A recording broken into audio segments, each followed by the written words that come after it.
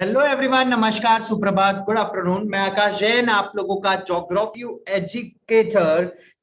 Educator. और आज हम लोग हमारे रिवीजन को और भी ज्यादा आगे बढ़ाने की कोशिश कर रहे हैं। तो चलिए दोस्तों, अभी तक हम लोगों ने काफी कुछ हमारे रिवीजन के अंदर पढ़ा। हम लोग क्लास 11th और क्लास 12th का पूरा, आई रिपीट, पूरा का पूरा सिलेबस पूरी तरीके से खत्म कर चुके हैं, कंप्लीट। ठीक है। और अब जो बाकी रह गया था वो था रिवीजन। तो हम लोगों ने हमारे प्रीवियस सेशंस के अंदर, either we talk about the live sessions और द रिकॉर्डेड सेशंस, ठीक है ना, हम लोगों ने हमारे प्रीवियस सेशंस के अंदर काफी कुछ रिवीजन को खत्म कर लिया। लगभग हमारा 80% of the revision has been completed in class 11th as well as class 12th। और उसी कड़ी के अंदर आज हम लोग हमारे एक और चैप्टर के ऊपर आगे बढ़ रहे हैं, एक और चैप्टर का रिवीजन कर रहे हैं, एक और चैप्टर को हम आगे बढ़ा रहे हैं। ठीक है। और इस चैप्टर को हम लोग कोशिश करेंगे कि हम लोग 1 शॉर्ट नहीं तो मैक्सिमम 2 शॉर्ट वीडियोस के अंदर उसको पूरी तरीके से खत्म कर दें। कुछ important topics at the end of the session मैं आप लोगों के साथ हमेशा डिस्कस करता हूं। तो इस सेशन में भी और हर सेशन में हम लोग आप लोगों के साथ इन्हीं सारे टॉपिक्स को, कि कौन से टॉपिक्स पर आपको फोकस करने का है, कौन सा टॉपिक आपके एग्जाम पॉइंट ऑफ व्यू से काफी ज्यादा बढ़िया है, कौन से टॉपिक में आपको मेहनत करने की ज्यादा जरूरत है। एमसीक्यू क्वेश्चंस, क्योंकि जैसा कि आपने देखा, according to the present notice of CBSE, हमारे जितने भी नए सेशंस हैं वो सारे के सारे एमसीक्यू सेशंस होंगे। सारे के सारे टर्म 1 एग्जामिनेशन जो है वो कंप्लीट एमसीक्यू एग्जामिनेशन है। और उस एग्जामिनेशन के अंदर, ठीक है, 6 से 8 चैप्टर जो आपके टर्म 1 के अंदर आने वाले हैं वो सारे के सारे चैप्टर्स एमसीक्यू बेस्ड के ऊपर आएंगे। सारे के सारे चैप्टर्स एमसीक्यू बेस्ड ही रहने वाले हैं। ठीक है। तो चलिए फ्रेंड्स, हम लोग इसी कड़ी में आगे शुरुआत करते हैं और हमारा आज का सेशन देखते हैं, जहां पर हम लोग हमारे एक और नए चैप्टर को मोस्ट प्रोबेबली इन 1 और max to max in 2 videos along with some important questions और with some important topics at the end of the session, जो कि एग्जामिनेशन के लिए, टर्म 1 एग्जामिनेशन के लिए फोकस रहेंगे। ठीक है, राइट। हमारे प्लस कोर्सेज से जुड़ने के लिए आप लोग हमारा कोड इस्तेमाल कर सकते हैं AKJ01, ठीक है, जो आपको देगा इंस्टेंट 10% डिस्काउंट। ठीक है ना, instant 10% discount. Previously it was 20% for just a week in September. ठीक है ना, राइट। तो but now it has been reduced to 10%। ठीक है। तो चलिए गाइस, बीइंग एन एजुकेटर, मैं आप लोगों को यहाँ पे क्लास 11th और क्लास 12th की हम लोग यहाँ पे ज्योग्राफी पढ़ते हैं। इन class 11th and class 12th geography हम लोग 2 तरीके से सेशंस को यहाँ पे कंडक्ट करते हैं। One is a YouTube session and that is particularly on scholars, right, that is particularly on scholars. ठीक है। और दिन में 1 बजे हम लोगों का एक सेशन होता है और रात को 9 बजे हम लोगों का दूसरा सेशन कंडक्ट होता है। दिन में 1 बजे का जो सेशन है that can be a live session as well as recorded session. ठीक है। और यहां पर हम लोग सिर्फ और सिर्फ थ्योरी के ऊपर फोकस करते हैं। ठीक है। रात को 9 बजे का जो सेशन है, ठीक है, रात को 9 बजे का session that is completely a live session and it is not a theory session, it is completely based on MCQs only. ठीक है ना, ये सिर्फ और सिर्फ एमसीक्यू के ऊपर डिपेंड करता है। ठीक है। इसके अलावा यहां पर हम लोग क्लास 11th और क्लास 12th के, ठीक है, हर चैप्टर से चैप्टर वाइज एमसीक्यू कंडक्ट करते हैं, प्लस उसके अलावा a combination of 2 chapters। ठीक है। उसके बाद हम लोग करते हैं book 1 and similar process with the book 2। और जब वो दोनों खत्म हो चुका है हमारा, तो अब हमारे जो सेशंस हैं that is focused on term 1 examination from both the books 1 and as well as from the book 2। ठीक है, राइट। चलिए, अगर हम लोग बात करें हमारे स्पेशल क्लासेस की, तो स्पेशल क्लासेस के अंदर, ठीक है, this is completely a free class for everyone. These are the sessions on Unacademy application.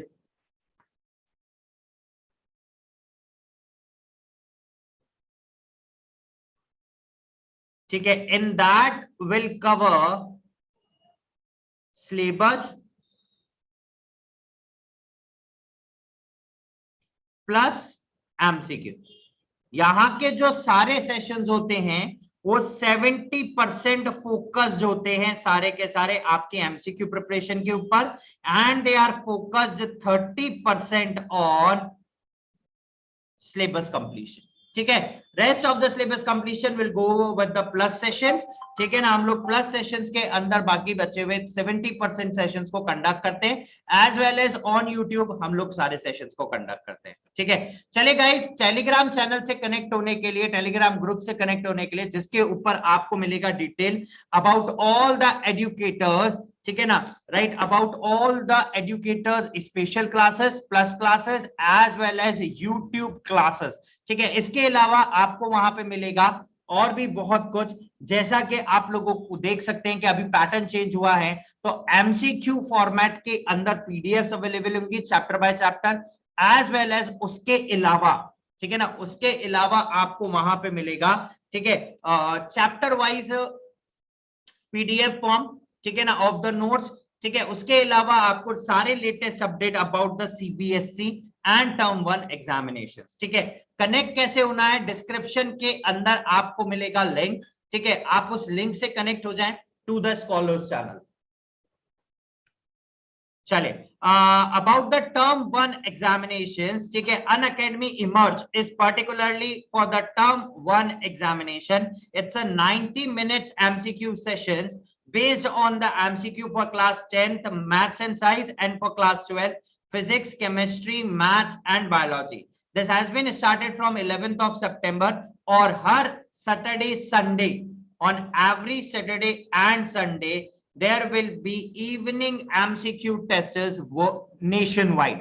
ठीक है, राइट, वहां पर आपको मिलता है क्या, पहली चीज कि आप कहां पर स्टैंड करते हैं, ऑल ओवर इंडिया रैंक है.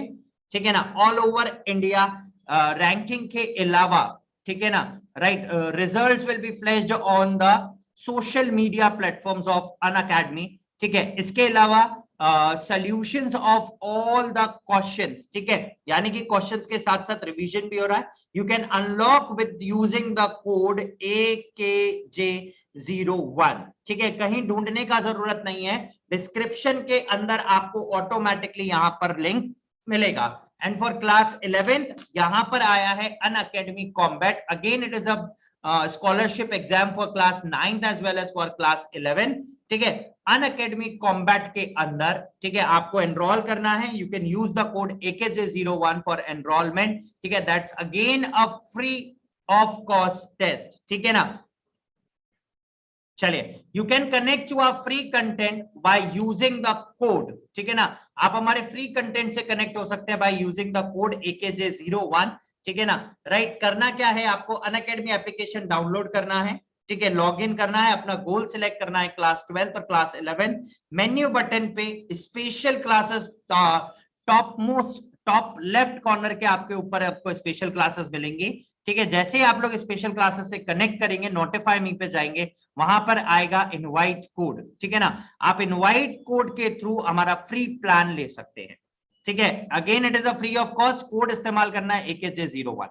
ठीक है, bugs and Bunty, right, here is a bugs and Bunty, a kind of opportunity for all of the learners. अगर आपको लगता है कि कोई इनअप्रोप्रिएट कंटेंट, ठीक है, ड्यूरिंग द वीडियो और ड्यूरिंग द कंप्लीट सेशन ऐसा हुआ है, ठीक है, तो आप लोग डिस्क्रिप्शन के अंदर, ठीक है ना, आप लोग डिस्क्रिप्शन के अंदर लिंक अवेलेबल है. ठीक है, राइट, उस लिंक के ऊपर कनेक्ट करें. ठीक है, राइट, जो भी इनअप्रोप्रिएट कंटेंट है, ठीक है, उस इनअप्रोप्रिएट कंटेंट को वहां पर आपको नोटिफाई करना है. ठीक है, once you notify and it is found to be inappropriate and you are the first to report that, तो आपको मिलेंगे बहुत ही सारे एक्साइटिंग प्राइसेस, ठीक है, राइट। चलिए guys, about the subscription features of the Unacademy, यहां पर आपको मिलता है लाइव लर्निंग, ठीक है, सबसे पहली चीज। उसके अलावा unlimited access to all the courses, आप इंडिया के टॉप एजुकेटर से पढ़ रहे हैं। There will be regular doubt clearing session, exhaustive syllabus coverage, mentorship, guidance, study material in the form of PDF notes, ठीक है, practice test series, live test series and batch courses also. और अब जो courses initiated हो रहे हैं सारे के सारे, that is based on MCQs. They are a short term course for 4 months to 5 months. They are basically 4 months to 5 months courses. ठीक है, अगर हम लोग अनअकैडमी प्राइसिंग का बात करें तो प्राइसिंग फॉर द 12 मंथ्स, ठीक है ना, राइट, ऑफर्स के अकॉर्डिंग 12 प्लस 2 मंथ्स एक्स्ट्रा, और वी कैन से 4 मंथ्स एक्स्ट्रा, ठीक है ना, राइट, प्लस 10% ऑफ अगर आप हमारा कोड अप्लाई करते हैं AKJ01, ठीक है, and you'll get the discount amount as 13,500 for 14 or 16 months of subscription, ठीक है ना, right. This is the pricing of Unacademy plus prices, ठीक है। अगर हम लोग अनअकैडमी आइकॉनिक सब्सक्रिप्शंस की बात करें तो you'll have a personal mentor, number 1, live doubt solving sessions will be there, you can connect through that by 1-to-1, यानी कि आपको एक तो मिलेगा पर्सनल मेंटर, जो कि आपको किसी भी तरीके की प्रॉब्लम्स आ रही है रिलेटेड टू सब्जेक्ट, प्रॉब्लम आ रही है रिलेटेड टू कंसेप्चुअल प्रॉब्लम्स आ रही हैं, तो वो आपको टीचर से कनेक्ट करेगा, ठीक है, right. And in that session 1-to-1 you can communicate with that teacher, ठीक है ना, इन 1-to-1 form you can communicate with that teacher, ठीक है।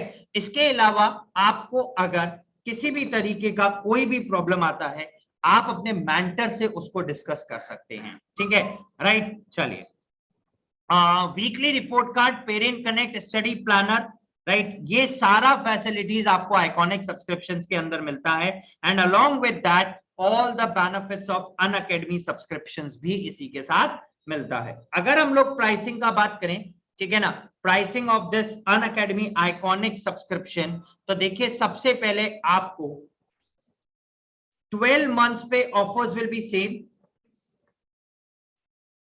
राइट। इसके अलावा एक्स्ट्रा 10% ऑफ अगर आप हमारा कोड इस्तेमाल करते हैं AKJ01, ठीक है, दैट इज द कोड, तो आपका प्राइसिंग जो कि 28,000 है वो रिड्यूस हो जाता है बाय द 10%, एंड 28,000 माइनस 2,800, ठीक है ना, it is something like 25,000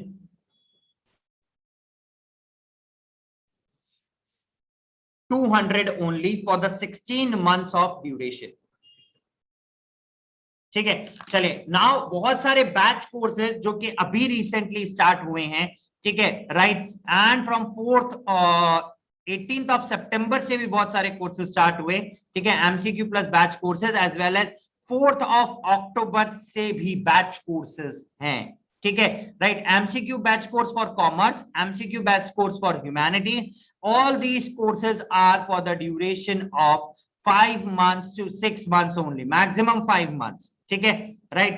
and MCQ batch courses for science as well, this is for class 12, and as well as ऐसा नहीं है सिर्फ 12th के लिए है, for class 11th also the MCQ and NCERT batch courses for humanities, same day timings will be different रहेगा, MCQ plus NCERT practice test batches for commerce also, and as well as MCQ plus NCERT practice batch for science also, ठीक है ना, right. इन सबके साथ batch courses यहां पर क्या हो रहे हैं, स्टार्ट हो रहे हैं, ठीक है, राइट।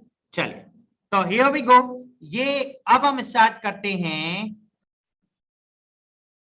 हमारा आज का सेशन, ठीक है। हमारे आज के सेशन की तरफ मुड़ते हैं और टॉपिक्स देखते हैं कौन से करने हैं, ठीक है। चलिए, ये रहा हमारा आज का सेशन और ये रहा हमारा आज का टॉपिक। वैसे तो डिस्क्रिप्शन में आप लोगों ने देख ही लिया होगा, but now we will start up with the topics. ये लीजिए एक्टिविटीज की। एक्चुअली ह्यूमन एक्टिविटीज होता क्या है, हमने पढ़ा था ऐसा कोई भी काम जो कंसर्न टू मनी किया गया, कंसर्न टू सेटिस्फेक्शन किया गया, कंसर्न टू हेल्प किया गया हो, ठीक है, the kind of activity that has been perform by the mother at the house, at the home on a regular basis. That is also a type of a activity, but that's not a economic activity. वो economic activity का हिस्सा नहीं है, ठीक है। तो हम लोगों ने एक्टिविटीज को दो हिस्सों में बांटा था, पहला था इकोनॉमिक और सेकंड था non economic activities. Economic activities वो सारी एक्टिविटीज जो कि मॉनेटरी गेन पर्पस से करी गई है, selling of the product, selling of items, services provide कराना और उसके बदले पैसे लेना, ठीक है। इन सारी एक्टिविटीज को इकोनॉमिक एक्टिविटीज कहा गया है और इकोनॉमिक एक्टिविटीज को चार हिस्सों में बांटा, प्राइमरी जो हम फर्स्ट टर्म में पढ़ेंगे, सेकेंडरी, टर्शियरी और क्वार्टरनरी जो कि हम सेकेंड टर्म में पढ़ेंगे, ठीक है, आफ्टर दिसंबर, ठीक है, राइट। इसके अलावा नॉन इकोनॉमिक एक्टिविटीज जो होती है वो सारी वो एक्टिविटीज होती हैं जो कि मॉनेटरी गेन के पर्पस से नहीं करी गई, अ kind of a satisfaction, a kind of a happiness,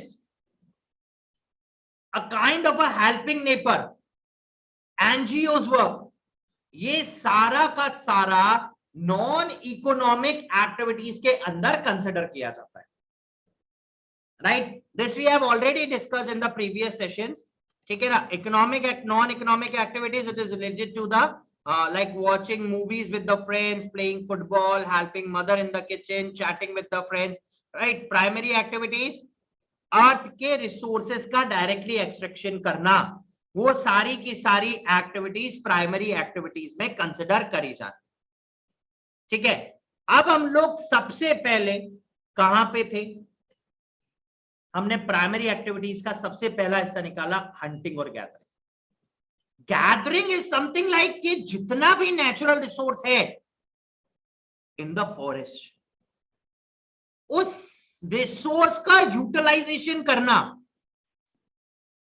उसको लेना and use for medical purpose, use for food perspective, use for selling purpose, use for commercial purpose, wood का किसी भी तरीके से इस्तेमाल करना, that's a kind of a economic activity. और this is one of the most primitive activity, सबसे पुराना और सबसे पहला एक्टिविटी। जब ह्यूमन बीइंग के पास कोई सोर्स ऑफ इनकम नहीं था, कोई काम नहीं था, तो वो सबसे पहला एक्टिविटी जो परफॉर्म करता था that is what, gathering and hunting. Gather करना, इकट्ठा करना, इकट्ठा करना फ्रूट्स को, इकट्ठा करना लीव्स को, इकट्ठा करना बार्क ऑफ अ ट्री को, या इकट्ठा करना अलग तरीके के प्रोडक्ट्स को which are available in the forest that are useful for the medical purposes.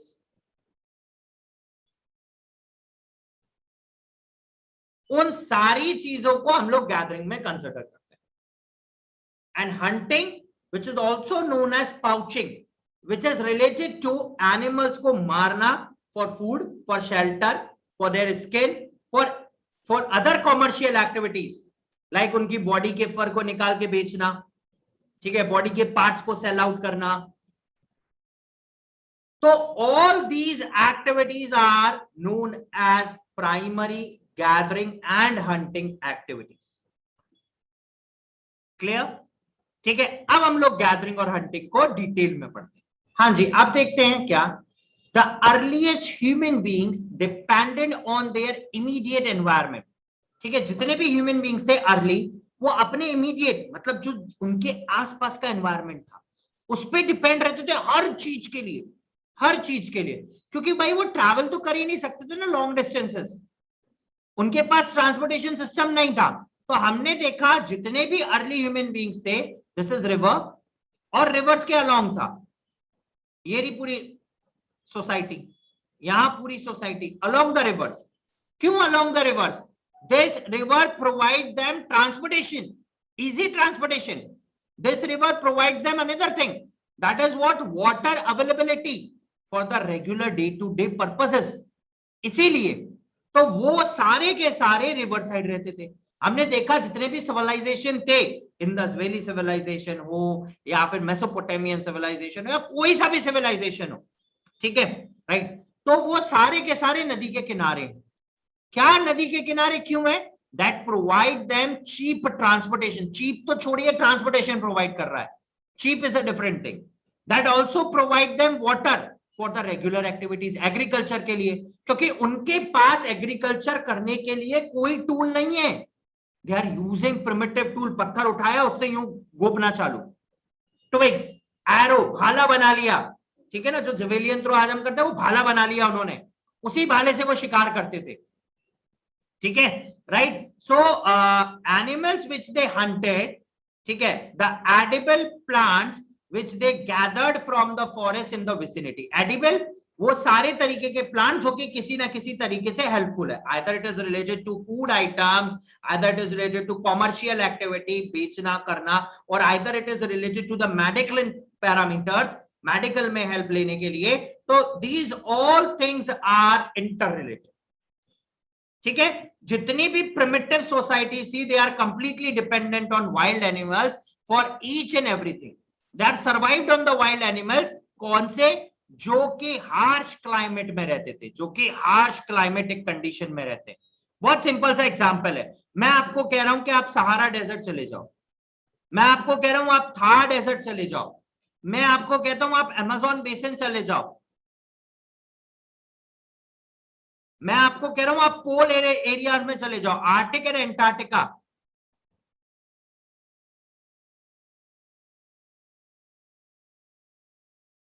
ठीक है ना। अब बताओ मुझे, थार डेजर्ट और सहारा डेजर्ट के अंदर क्लाइमेटिक कंडीशन है हॉट, सॉइल अनफेवरेबल, वाटर है ही नहीं, तो कहां से पैदा करोगे एग्रीकल्चर को?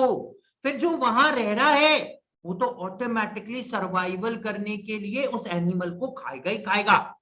थ्रोनी बुशेस, कैक्टस उगाते हैं, कैक्टस हम क्या जानवर नहीं खा सकता, हम क्या खाएंगे? That makes a sense. That is why in the harsh climatic condition, only the hunting is the most appropriate, most primary, most basic requirement for the food perspective. चले जाओ उन एरियाज में जहां पूरा वाटर लॉक्ड है, 4 feet 5 feet 6 feet, अब उगाओ, कैसे उगाओगे आप एग्रीकल्चर? कहां से लाओगे एग्रीकल्चर? कैसे करोगे? वाटर लॉक्ड एरियाज में एग्रीकल्चर उगाया, पानी को, प्लांट को ऑक्सीजन नहीं मिला, इट बिकम डेड, पूरी तरीके से डेड हो गया। अब कर सकते हैं क्या? पोल्स एरियाज, पोल्स एरियाज में स्नो कवर्ड रहता जमीन, वहां पर एग्रीकल्चर प्रैक्टिस कैसे होगी? हाँ, कुछ फ्रूट उगा सकते हो जो पेड़ों पे लग रहा है ऊपर, but that is to be in a particular sort of time, इसी समय पे उगेगा सिर्फ जब क्लाइमेटिक कंडीशन उसके लिए फेवरेबल आया, वरना नहीं उगा सकते। तो hunting is the most primitive method of satisfying the need of the food to the people who are basically living in those areas which are having a harsh climatic condition.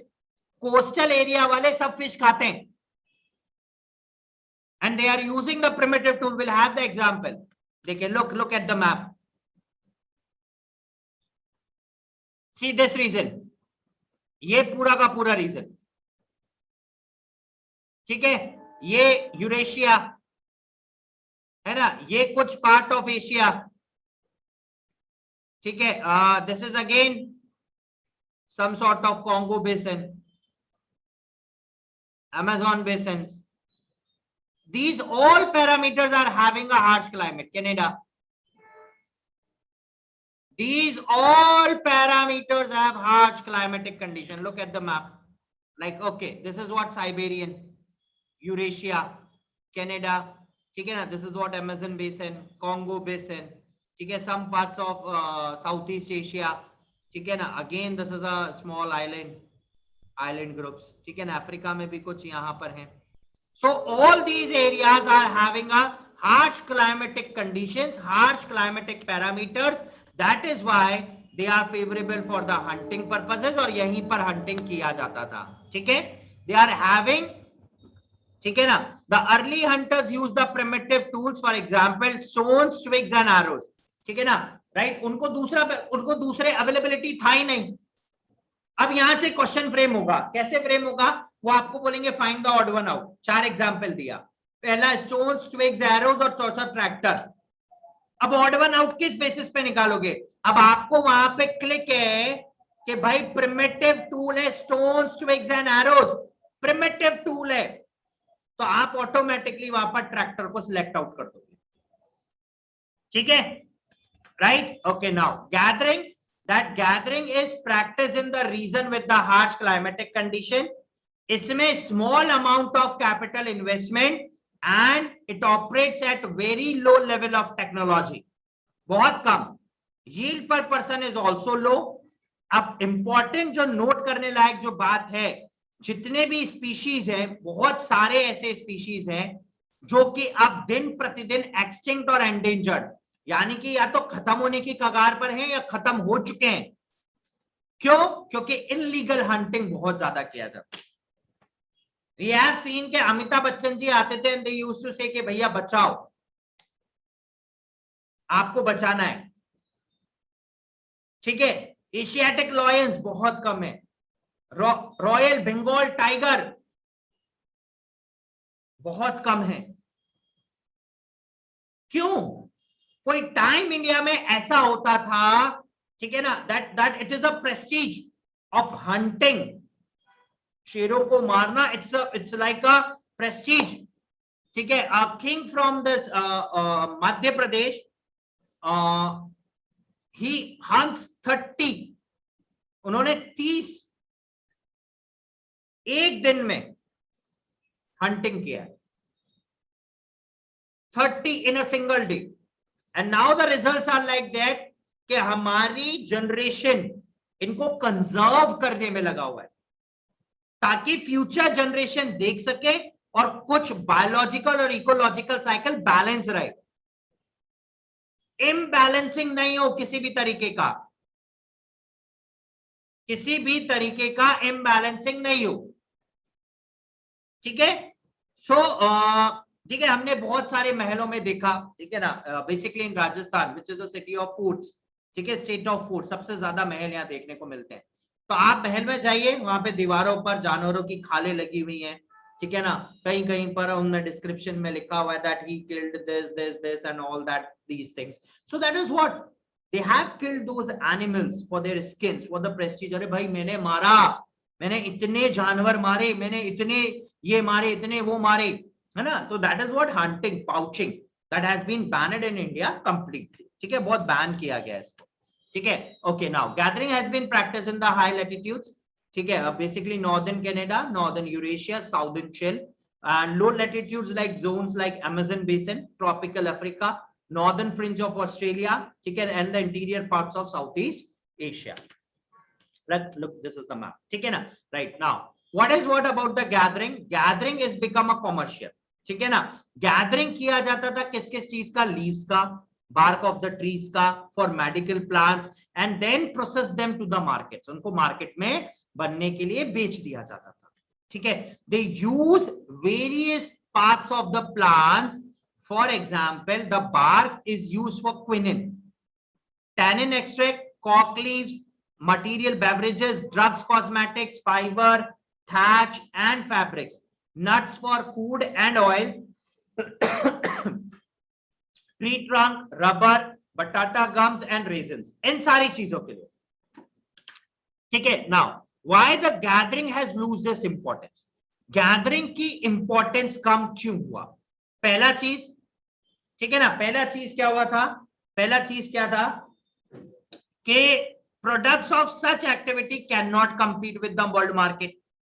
दूसरा, जो synthetic products available थे, they are having a better quality and are available at the very very low prices. बहुत कम prices पे दे are easily available. ठीक है ना, they are easily available at the low prices ठीक है ना, that is why gathering has lose its importance. ठीक है, now we have pastoralism, pastures, ठीक है ना, it's a kind of a activity that is related to rearing of animals, that is related to what, rearing of animals. And second we have, that is basically domestication, that is basically what, domestication of animals। ठीक है, now this domestication of animals क्यों किया जाता है, हम क्यों domesticate करते हैं एनिमल्स को? Number one, for the purpose of transport. Early humans transport के लिए इनको डोमेस्टिकेट करते थे, that is according to the climatic condition. कौन से क्लाइमेट में, अगर आप अभी रेगिस्तान में जाओ तो यू विल गेट व्हाट, ऊंट मिलेगा, ठीक है ना, राइट। कुछ हिली ट्रैक्स पे जाओ तो याक मिलेगा स्नो कवर्ड एरियाज में। Second, for the food products basically, again we have milk products,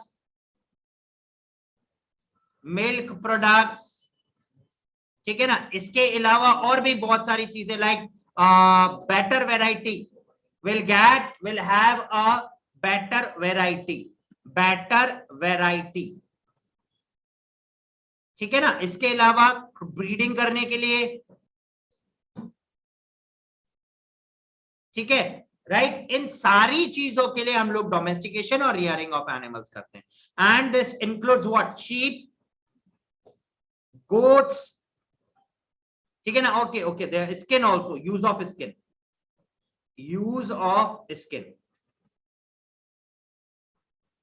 ठीक है ना, शीप, गोट्स, कैमल, काउ, है ना, बहुत लार्ज स्केल पे डोमेस्टिकेशन किया जाता है, ठीक है। बट इट रिक्वायर्स, ठीक है, but it requires a huge number of capital investment. See, we have an example. Okay, हाँ, human beings, देखिए, जब से human being exist कर रहा है, right from that point of time, he learned the domestication of the animals.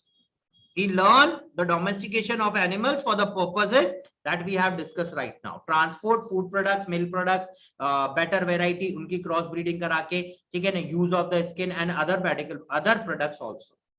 ठीक है, right. अलग अलग क्लाइमेटिक कंडीशन के हिसाब से अलग अलग तरीके के एनिमल्स मिलेंगे, अलग अलग तरीके से डोमेस्टिकेशन होगा, depend upon the geographical factors and technological development. Animals rearing today is practice either at the subsistence और एट द कॉमर्शियल लेवल।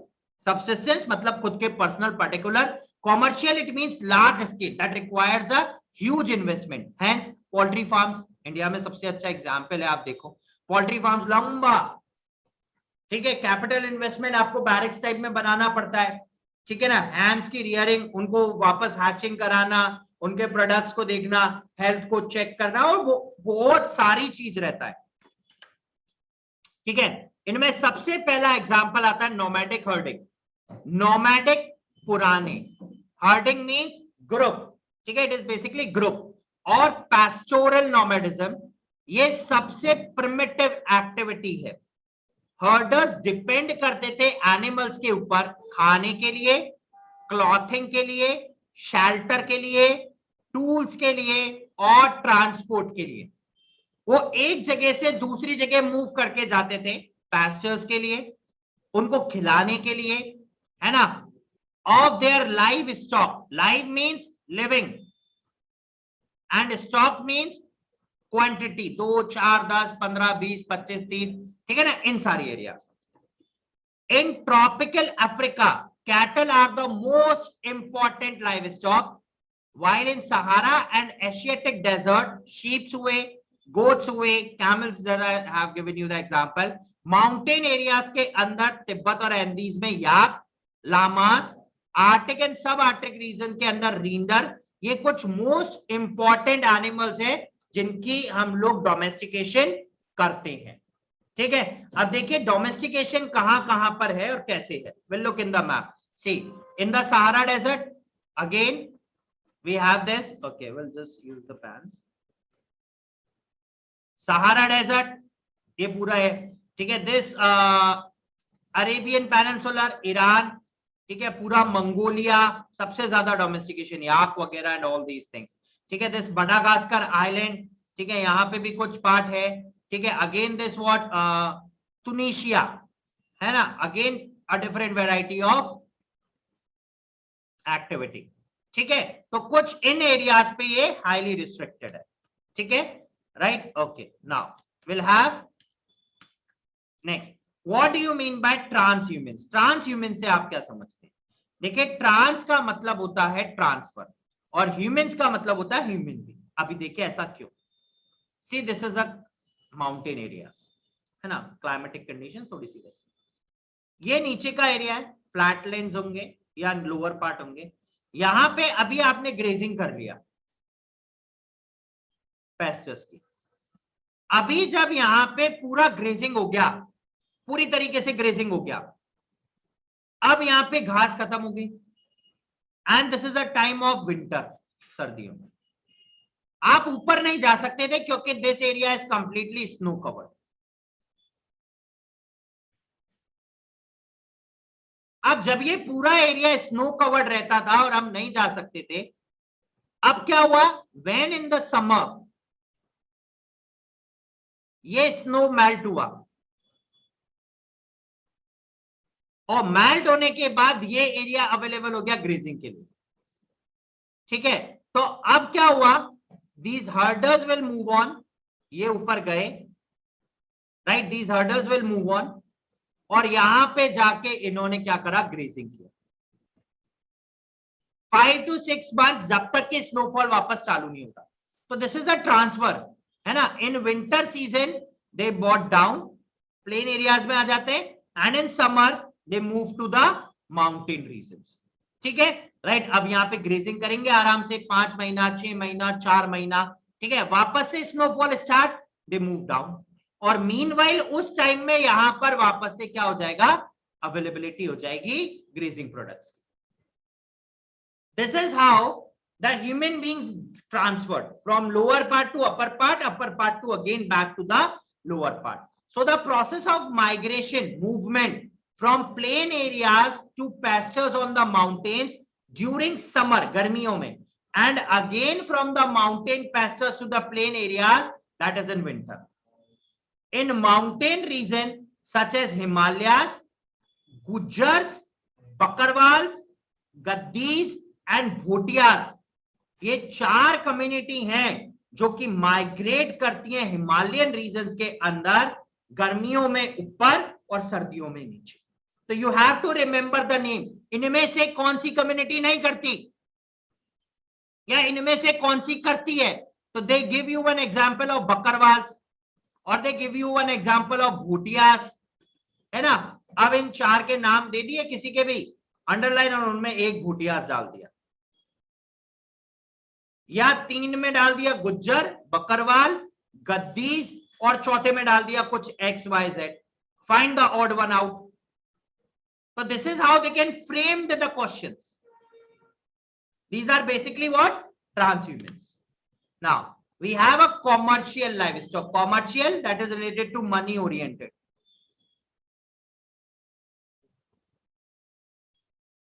ठीक है, this is money oriented. It requires technology. It requires capital investment. It requires healthcare facilities. ठीक है, this has been done. Reason क्या है इनको करने का? What are the reason behind this? Now look at the reasons. Reasons में आता है हमारे लिए सबसे पहली चीज reasons के अंदर food, variety of product,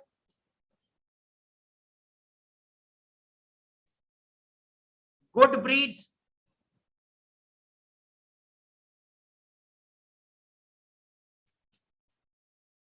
ठीक है, आउटपुट प्रोडक्ट्स,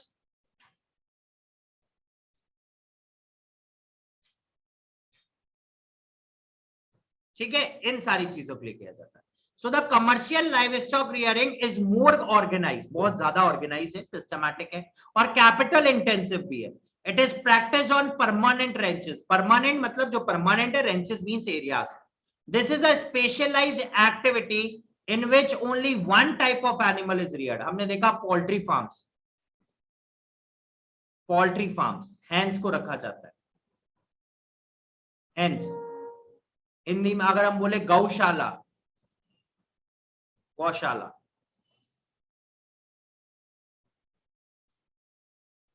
ठीक है, राइट, ठीक है ना, गौशाला, right? So important animals include sheep, cattle, goats, horses. Products such as meat, wool, hides, skin purposes scientifically prepared किया जाता है और एक्सपोर्ट किया जाता है वर्ल्ड के डिफरेंट मार्केट्स के अंदर, ठीक है। अच्छा, it is a capital intensive, तो आपको ये रिस्ट्रिक्टेड मिलेगा डेवलप्ड एरियाज में। तो rearing of animal in ranching is organised on the scientific basis. The main emphasis is on breeding, improvement of genetic orders, disease control and healthcare. Areas restricted to New Zealand developed, Australia developed, Argentina, Uruguay and USA. Look at this.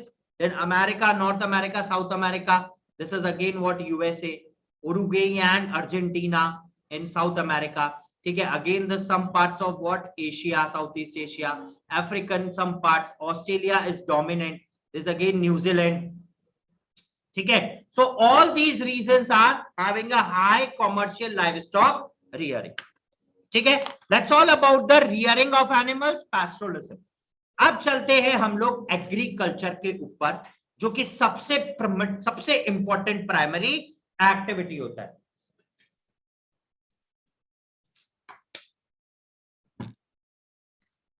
ठीक है, it is one of the most important sort of primary activity, agriculture. ठीक है, agriculture के अंदर अब agriculture itself has been divided into बहुत सारा part. Primitive, सबसे पहला प्रिमिटिव, जिसमें बेसिक टूल का इस्तेमाल किया जाता था। सेकेंड वी हैव इंटेंसिव, फिर आएगा मिक्स, फिर आएगा कॉमर्शियल, ठीक है, फिर आएगा उसके बाद हॉर्टिकल्चर, ठीक है, फिर उसके बाद आएगा फ्लावर्स के लिए।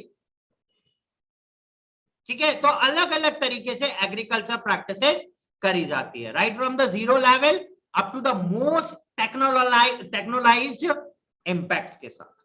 ठीक है, सबसे पहले agriculture, subsistence agriculture is one in which farming areas consume all the products locally grown. It can be grown into two categories. Number one is primitive and second one is intensive.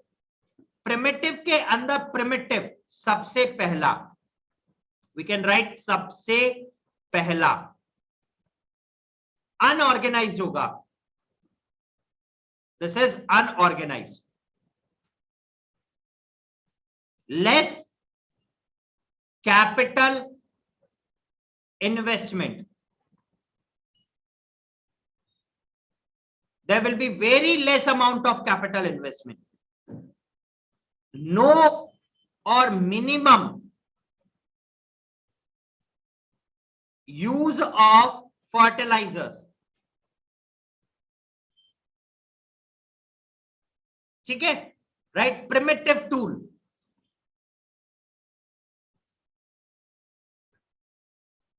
ठीक है, mechanise नहीं होगा, labour intensive, और we can से labour का ज्यादा इस्तेमाल किया जाता है ना, नो मैकेनाइज। ठीक है, ओके, राइट, ठीक है ना। एग्रीकल्चर और shifting cultivation is practice by many tribes in the tropics, specially in Africa, south and central America and south East Asia. The vegetation, इसमें क्या करते हैं, एक जमीन का टुकड़ा लिया, इस टुकड़े के इस छोटे से हिस्से को बर्न किया, तो काटा और बर्न किया, स्लैश एंड बर्न किया, एश जनरेट हुआ, वो फर्टिलाइजर की तरह इस्तेमाल होगा। अब इसको 2 से 3 साल तक इस पे क्रॉप का प्रोडक्शन करेंगे। जब ये बैरन हो गया, they move to other area, so they move to this place. अब यहां पे वापस से स्लैश एंड बर्न किया, कल्टीवेशन किया 2 से 3 साल तक, अगेन ये खराब हुआ दूसरी जगह। तो shifting cultivation is called slash and burn. The cultivated land is very small, is done with the primitive tools such as stick and hoe. 3 से 5 साल के अंदर सॉइल अपनी पूरी फर्टिलिटी लूज कर देता है, दूसरी जगह शिफ्ट हो गए जाके, ठीक है ना, और फॉरेस्ट पैच को क्लियर करते हैं। North eastern states of India कहीं पे जूमिंग कहा जाता है, सेंट्रल अमेरिका एंड मैक्सिको के अंदर इसको मिल्पा कहते हैं, इंडोनेशिया और मलेशिया में इसको लदांग कहते हैं। Now the areas where it has been restricted, ये देखिए South Africa, sorry America, the South African region, the areas of South East Asia near to us, ये पूरा area and few of the areas over here, ठीक है। This is what primitive. अगर मैं intensive की बात करूं, जहां पर डेंसली पॉपुलेटेड एरियाज में करी जाती है और मॉनसून एशिया, तो यहां पर इसका सबसे बड़ा सेक्टर भारत हो सकता है इंडिया के अंदर। लैंड होल्डिंग्स स्मॉल है, इसकी वजह से हाई डेंसिटी पॉपुलेशन है, वो फार्मर्स फैमिली मैन का हेल्प लेते हैं लेबर और काम करने के लिए, ठीक है ना। मशीनरी लिमिटेड होती है, एग्रीकल्चर ऑपरेशन मैनुअल काम करते हैं, मैनुअल का इस्तेमाल किया जाता है फर्टिलिटी को मेंटेन करने के लिए। High yield per unit is high but per labour productivity is very very low. सबसे इंपॉर्टेंट क्रॉप है पैडी, ठीक है, but wheat, soybean, barley, sorghum, ये northern China, Manchuria, North Korea, North Japan में ये भी उगाया जाता है। इंडिया के अंदर जो वीट है, western parts of India, Indo Gangetic plain, millets are grown in dry parts of western and southern India, ठीक है ना। वेस्टर्न ये पार्ट राजस्थान और ये वाला सारा पार्ट, और नीचे साउदर्न इंडिया के यहां, ठीक है ना मिलेट साहब। अगर आप देखें, सी लो, this is the Indian land, सबसे ज्यादा इंटेंस फार्मिंग यहां पर, intensive farming, China, Japan, Vietnam, Myanmar, all these areas, so it is restricted to Asian countries, ठीक है। Now we have mixed farming, ठीक है। अब देखिए, it's on the basis of the ownership. हमारे पास 3 तरीके का, पहला आता है हमारे पास कलेक्टिव, ठीक है, दूसरा आता है पहला कॉपरेटिव, दूसरा कलेक्टिव और तीसरा इंडिविजुअल। कॉपरेटिव एक सोसाइटी फॉर्मेशन करना, ठीक है, प्रॉफिट्स को मैक्सिमाइज करना, ठीक है, और इसके अलावा भी बहुत कुछ, जैसे उन फार्मर्स को हेल्प आउट करना जिनको नीड्स है। A man is need, a man in need is a man in need, ठीक है ना। It's a kind of a slogan that has been read, a friend in need is a friend in deed, ठीक है ना, right. तो ये चीजें हैं, इस तरीके की एक्टिविटीज हैं हमारे पास, ठीक है। अब इसके बाद आता है बेटा हमारे पास मेनली कि हम लोग इनको एक डिटेल्ड मैनर के अंदर गो थ्रू करें, ठीक है। अब डिटेल्ड मैनर में क्या आएगा उसके बारे में हम लोग एक बार 1-to-1 कम्युनिकेट करते हैं, ठीक है। डिटेल्ड मैनर देखिएगा, सबसे पहला आता है cooperative. Cooperative it is related to forming groups, है ना। एक सोसाइटी बना लेना, पूलिंग करना, जैसे अपने लैंड रिसोर्सेज हैं, प्लग है, ऑक्सीजन है, अपने सारी चीजों को इकट्ठा कर लेना। प्रोडक्शन आपके ऊपर निर्भर है, बट एक सोसाइटी पूरी तरीके से मिलकर हेल्प आउट करेगी इनको वर्कआउट करने में। So for the competence, competition करने के लिए, और beneficially agriculturally groups of farmers क्या करते हैं, own free will form a cooperative society, एक ग्रुप बनाएंगे खुद आपस में। आफ्टर पूलिंग देयर रिसोर्सेज, अपने उनके पास जितने भी संसाधन उस समय उपलब्ध हैं, है ना, देखो जमीन हो गई, अपना मनी इनपुट हो गया, टेक्नोलॉजी इनपुट हो गया, प्लगिंग हो गया, ऑक्सीजन हो गया, उन सबको इकट्ठा करते हैं, ठीक है, राइट। मेरे पास मेरी जमीन रहेगी, बट सोसाइटी मिलकर, अगर मुझे किसी चीज की कमी आ रही है एग्रीकल्चर एक्टिविटीज करने में, कहीं पर लैक कर रहा हूं, प्रोडक्शन मुझे गेन करना है, तो वो क्या करेंगे, they help me out with all these parameters, ठीक है, they're going to help me out with all these extensive parameters। तो वो इसके अंदर क्या करेंगे, they help us out with all the related sort of activities, वो सारी चीजों को कंसर्न करके, and they help us in the forming all these things, ठीक है। in this individual farms remains the same, only agriculture activities has been carried out on these farms on cooperative basis, ठीक है ना। ऐसे crops का production किया जाएगा जो कि काफी ज्यादा तौर पर बेनिफिशियल हो और बेनिफिशियल आउटपुट आपको गेन करके दे, that is known as cooperative farming, ठीक है ना। उस चीज को कहते हैं हम लोग cooperative farming. Here we go. Benefits: cooperative society helps the farmer to purchase the agriculture equipment, बिल्कुल ठीक है। It helps to sell the products at appropriate higher rates. It helps to get the product processes at the lower rates. Minimum input, maximum output basis के ऊपर काम करा जाएगा। Now, areas of cooperative farming. The cooperative movement started about 100 years ago, basically in the Western Europe, and it was successful over there. Denmark, Netherlands, Belgium, Sweden, Italy, etc. are the countries worth mentioning for cooperative farming. They are worth mentioning for cooperative farming. Next, collective farming. Collect karna. It's like public ownership means of production and collective.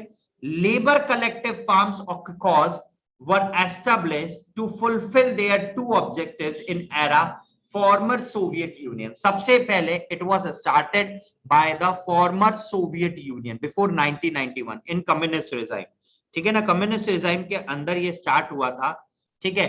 Incompetence of old methods of agriculture, ठीक है। पुराने methods जो थे agriculture के, उनके साथ compete करने के लिए और एग्रीकल्चर प्रोडक्शन को बढ़ाना ताकि सेल्फ डिपेंडेंसी इंक्रीज हो सके।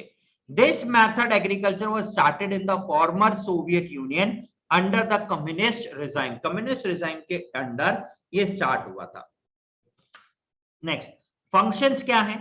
The farmer pool their resources, land, cattle and labor, ठीक है। To fulfill their daily requirements, the farmers were allowed to keep small fields, छोटी fields को रखना और उनको cultivate करना, ठीक है। Right, the government fixed the animal targets of production, ठीक है। Right, it's like not animal, it's annual target, है ना, sorry, annual targets of production. The products were to be sold on the prices fixed by the government. Government fix करेगी कि आपको जो particular product है, ठीक है, राइट, वो सेल आउट करना है।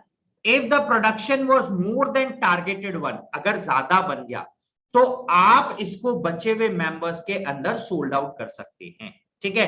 The members has to give tax on the agricultural machines, ठीक है। एग्रीकल्चर मशीन्स को आपको मुहैया कराई जा रही हैं, दी जा रही हैं, अवेलेबल करवाई जा रही हैं, तो you have to pay taxes. The members were given the salary according to their work, cash incentives were given for the good work. और अगर आप बेहतरीन उम्दा काम जिसको कहा जाता है, अगर आप उम्दा काम करते हैं तो आपको कैश इंसेंटिव्स भी प्रोवाइड कराए जाते हैं टू मोटिवेट यू, क्या करने के लिए? आपको मोटिवेट करने के लिए, जिससे प्रोडक्शन नेक्स्ट टाइम और भी ज्यादा मैक्सिमाइज हो, ठीक है ना, जिससे प्रोडक्शन नेक्स्ट टाइम और भी ज्यादा इंटेंसिव और भी ज्यादा मैक्सिमाइज हो, ठीक है ना, राइट, ओके। इसीलिए ये किया जाता है, ठीक है। Is that clear? I think this will be clear. Okay guys, अगर इसमें कोई डाउट है तो प्लीज आस्क।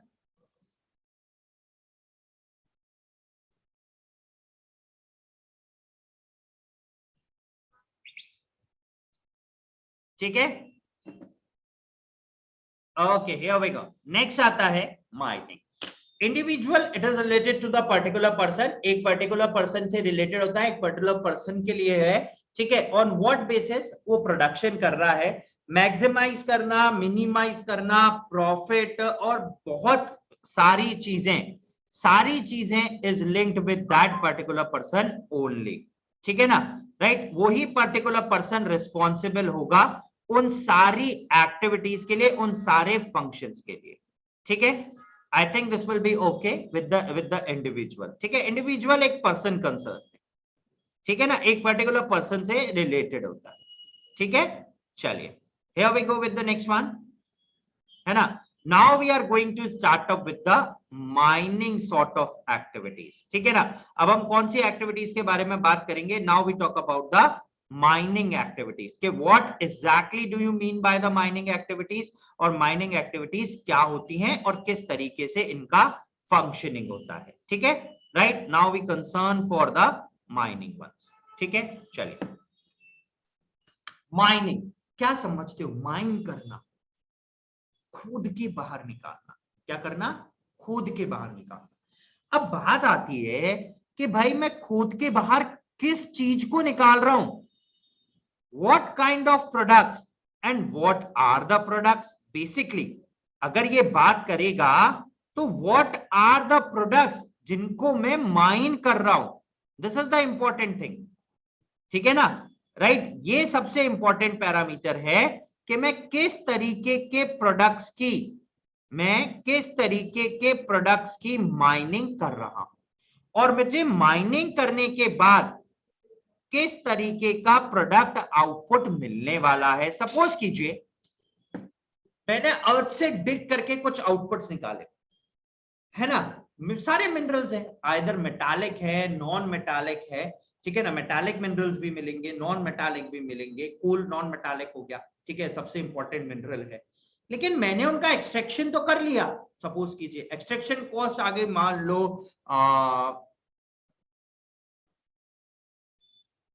10,000 रुपए, है ना, कितने की? 20 किलो की। अब 1 किलो कितने का हो गया? लगभग 500 रुपए का।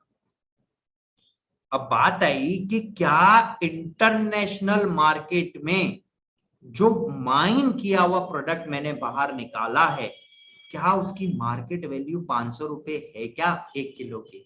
अगर उसकी मार्केट वैल्यू 1 किलो की 500 रुपए नहीं है तो इट मींस क्या हुआ? मान लो 400 रुपए, तो मैं हर किलो पे 100 रुपए का घाटा उठा रहा हूं कि नहीं उठा रहा हूं, है ना। तो मैं इस तरीके के एक्सट्रैक्शंस को नहीं करूंगा। दूसरी चीज, है ना, इट्स बेसिकली रिलेटेड टू, भाई हम इतना इंफ्रास्ट्रक्चर, इतना अमाउंट ऑफ मनी इंडल्ज करते हैं, इतना अमाउंट ऑफ मनी ऑक्यूपाई करते हैं उन चीजों के एक्सट्रैक्शन करने में, तो वी वांट सम प्रॉफिट। अगर मैंने 500 का निकाला और 500 रुपए का जा रहा है तो भी मैं सेल करने की इच्छा नहीं रखूंगा। सीधा स्ट्रेट फॉरवर्ड कारण है बेटा। क्या कारण है मैं इसको रखूं? मेरे को आउटपुट जनरेशन, मनी ओरिएंटेशन मिल ही नहीं रहा। तो अगर मैं उसको प्रॉफिटेबल अमाउंट्स में बेच सकूंगा तो ही मैं उसको क्या करूंगा? डिग आउट करूंगा। ठीक है, सो it is basically a process of extracting valuable, जिनकी वैल्यू है, metallic as well as non-metallic minerals from the earth crust is known as mining.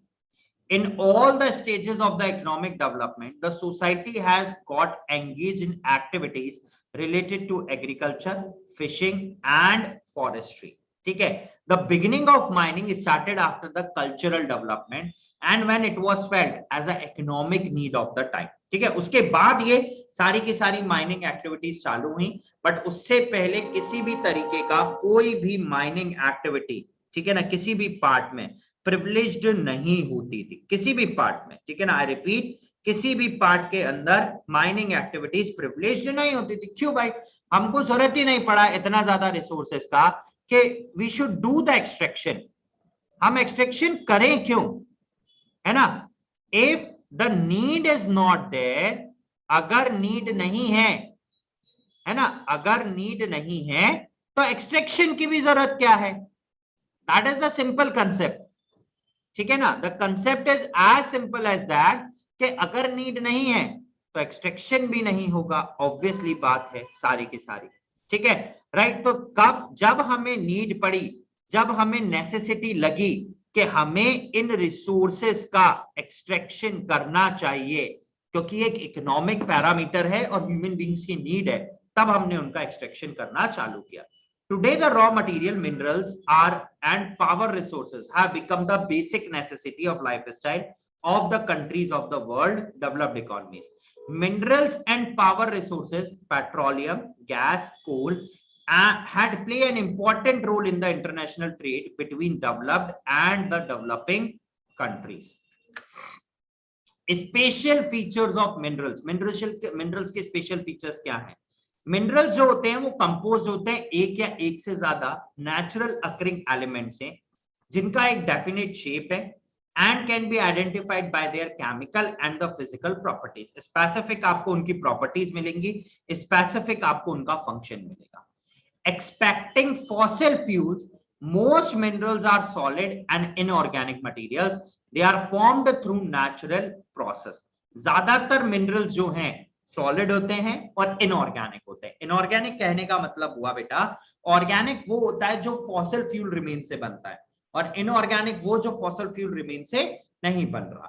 Fossil fuel remain से बनता है आपके पास कोल, पेट्रोलियम, है ना.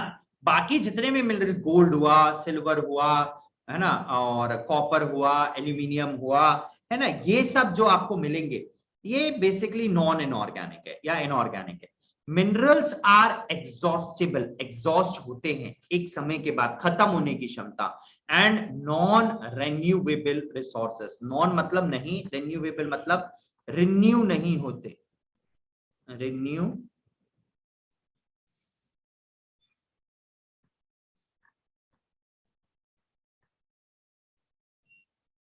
ठीक है ना. मिनरल्स बेसिकली रिन्यू नहीं होता. They are formed over thousands of years, उनको हजारों साल लग जाते हैं. ठीक है ना. सपोज करो जैसे अभी हम झारखंड देखें, छत्तीसगढ़ देखें, ठीक है ना, झारखंड,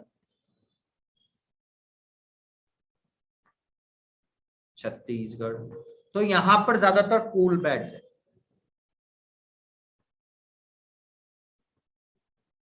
क्या है यहां पर? कोल बेड्स. अब मान लो मैंने अभी उसका एक्सट्रैक्शन कर लिया,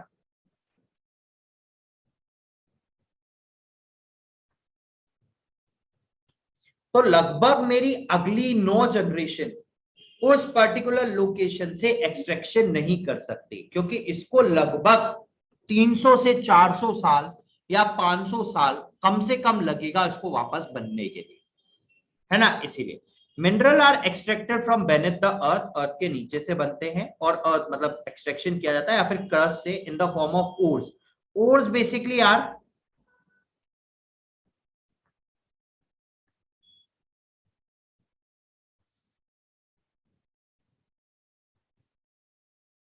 मिनरल्स प्लस इंप्योरिटीज, है ना. इंप्योरिटीज किसी भी फॉर्म में हो सकती है. It is why they contain many impurities, so they are basically known as ores. ठीक है, right? These are the special features. ठीक है. Minerals are found in different types of formation, अलग अलग तरीके से मिलेगा. Formations are generally of 4 types. Igneous होगा, sedimentary ore deposits होंगे, alluvial deposits होंगे, या oceanic deposits होंगे. ठीक है. Igneous intrusion solidified at different temperature and found at the different depths. When high quality minerals are exhausted, mining of low value minerals become costly, और low value minerals की जो extraction है वो कम हो जाएगा. सीधी सी बात है, वैल्यू भी कम, इंटरनेशनल मार्केट में पैसा भी कम, और एक्सट्रैक्शन कॉस्ट हाई हो गया, तो आप क्यों निकालोगे?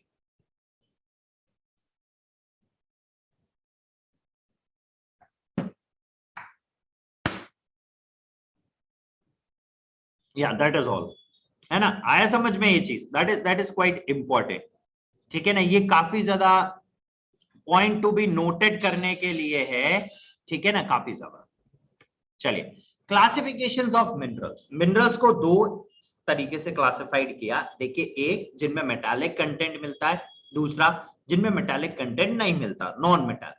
उसके बाद दूसरा आता है फेरस, जिसमें आयरन कंटेंट मिलेगा, नॉन फेरस जिनमें आयरन कंटेंट नहीं मिलेगा. ठीक है. इसके अलावा प्रीशियस और नॉन प्रीशियस. प्रीशियस वो जो बहुत ही ज्यादा कीमती है ना, हीरा है सदा के लिए.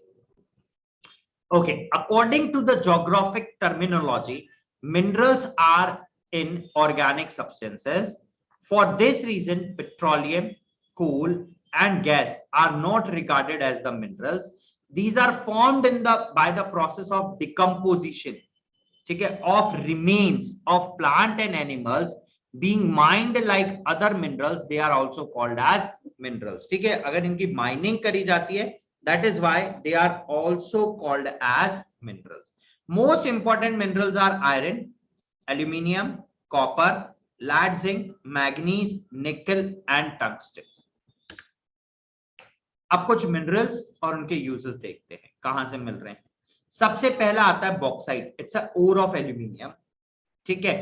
इलेक्ट्रिक केबल्स में, एयरक्राफ्ट बनाने के अंदर, कंस्ट्रक्शंस ऑफ बिल्डिंग के अंदर, सबसे लाइटेस्ट होने की वजह से इसका इस्तेमाल और इसके यूजेस उतने ही ज्यादा बढ़ जाते हैं, ठीक है ना, बीइंग द लाइटेस्ट मेटल, ठीक है ना, राइट। ये बहुत ज्यादा लाइट है, इंटेंसिव लाइट है, this is quite very much light, intensive light बोल सकता हूं मैं इसको। काफी ज्यादा लाइट होने की वजह से इसके डिमांड उतना ही ज्यादा क्या हो जाएगा, इंक्रीज हो जाएगा। Is that clear? हाँ जी, I think this will be clear.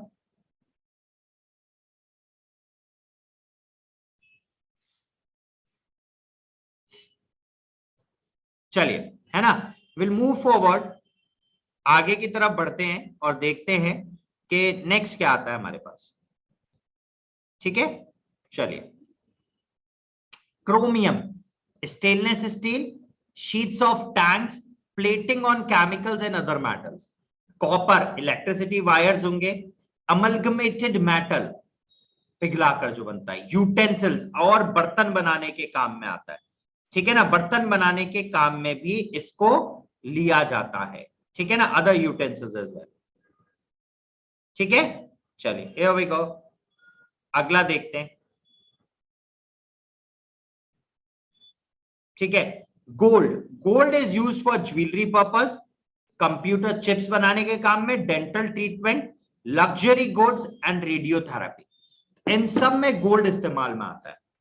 Iron की ओर, iron and steel production, basis of civilization, different uses in daily life, lead, battery, soldering वगैरह, पाइप, केबल कवरिंग, इन सब चीजों में काम आता है।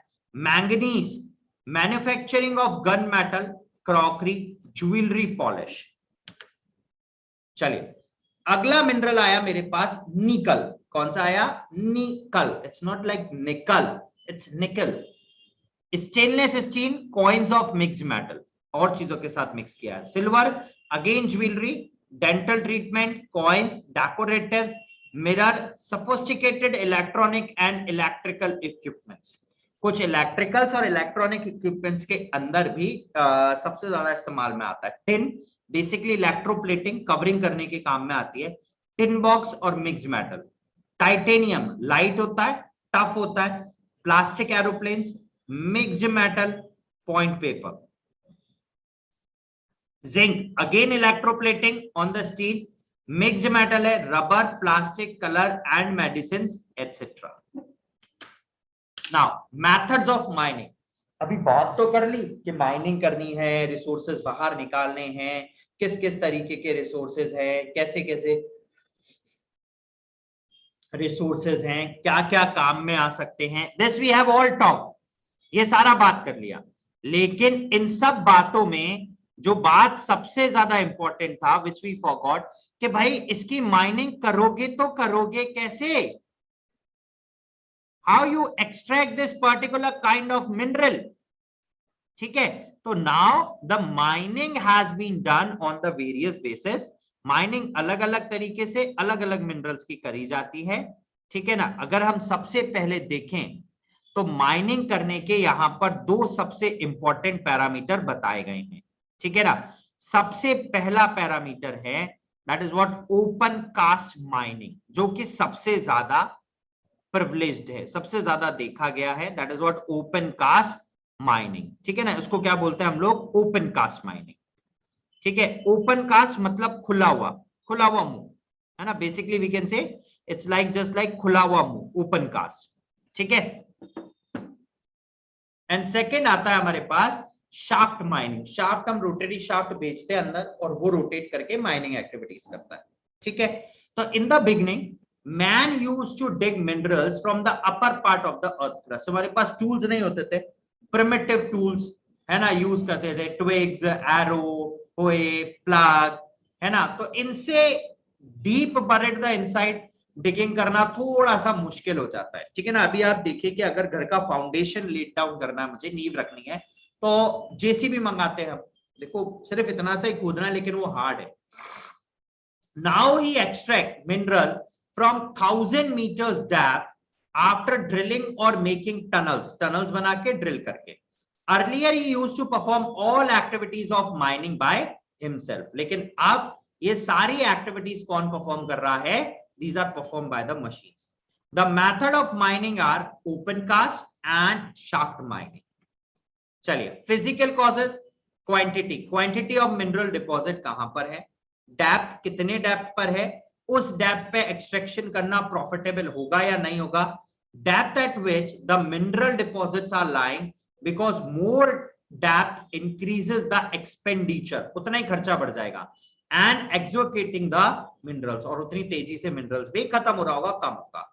क्वालिटी, ठीक है ना, क्वालिटी कैसी है, the material that we are extracting, ठीक है ना, हमें उसका जो क्वालिटी मिल रहा है वो क्वालिटी किस तरीके का है, is it good in quality, और हल्का है क्वालिटी में, लाइट क्वालिटी पैरामीटर्स हैं।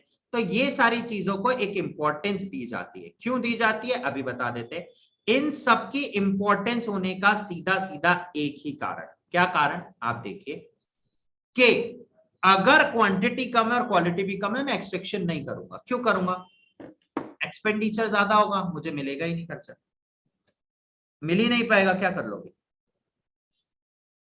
फोर्थ आता है location, location of minerals from the places of their use, because distances also increases the production expenditure, sorry.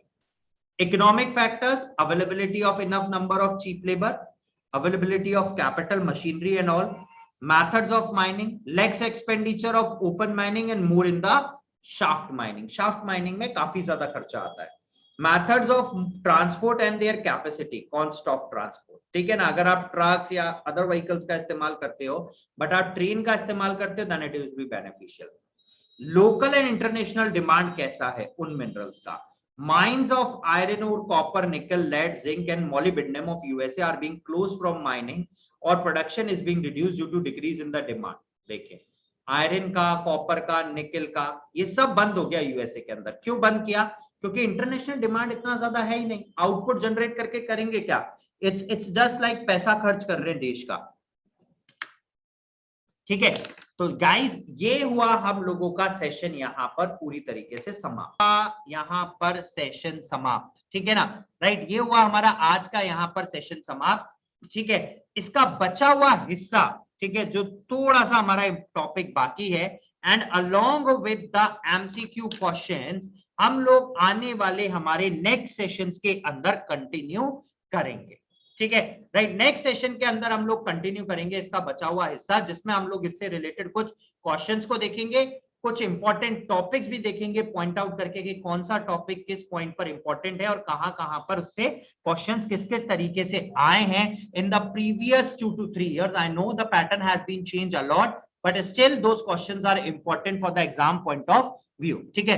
Lots of offers are prevailing on Unacademy. अगर आप लोग 12 months, 15 months और 18 months का subscription लेते हैं, you'll get extra 2 months और 4 months free. 24, 36 and 48 months का subscription लेते हैं, you'll get 4 to 6 months extra free, ठीक है। And along with that extra 10% discount, ठीक है, if you use the code AKJ01, that gives you an instant 10% discount, ठीक है। You can download the Unacademy application from Google Play Store as well as from the App Store, and for more benefits financially you can use the code AKJ01, and to unlock our free courses also आप लोग हमारे इस code का तुरंत प्रभाव से इस्तेमाल कर सकते हैं, ठीक है, बिना किसी विलंब के, ठीक है। तो चलिए गाइस, अगर आप लोगों को हमारा ये आज का सेशन पसंद आया हो तो लाइक शेयर जरूर कीजिएगा, subscribe to the scholars channel that is dedicated to the humanities stream only, and press the bell icon for the more updates, ठीक है। तो चलिए गाइस, एक और सेशन के साथ मुलाकात करेंगे, ठीक है, शाम को, जहां पर हम लोग कुछ इंपॉर्टेंट टॉपिक्स को, ठीक है, एमसीक्यू क्वेश्चंस को, ठीक है, देखेंगे in from the related chapters, ठीक है। तो चलिए गाइस, फिर मुलाकात करेंगे। Till then stay at home, stay safe and let's crack it with Unacademy. Thank you and have a nice day.